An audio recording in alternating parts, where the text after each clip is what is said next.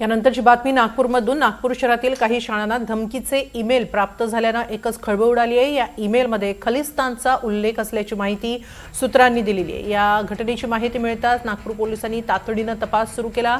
खबरदारीचा उपाय म्हणून पोलिसांच्या बॉम्ब शोधक पथकाला शाळांमध्ये पाठवण्यात आलं। विद्यार्थ्यांना वर्गखोल्यांमधून सुरक्षितपणे बाहेर काढून संपूर्ण परिसराची तपासणी केली जाते। या संदर्भातला आढावा घेतलाय आमचे प्रतिनिधी प्रवीण मुधोळकर यांनी।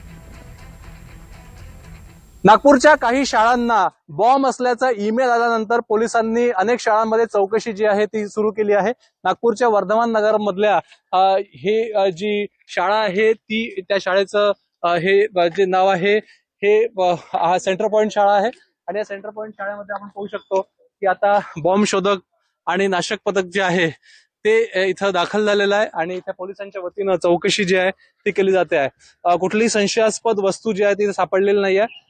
खोडसाळपणा कोणी केला असावा असा प्राथमिक इथं तपासात पुढे आलेला आहे। त्यामुळे आता कोणीही घाबरून जाऊ नका, कोणीही इथं येऊ नका, गर्दी करू नका असं पोलिसांचं म्हणणं आहे। त्यामुळे या नागपूरच्या सेंटर पॉइंट शाळेमध्ये आता आपण पाहू शकतो की पालक मोठ्या प्रमाणात येत आहे, पण कोणीही घाबरण्याची गरज नाही।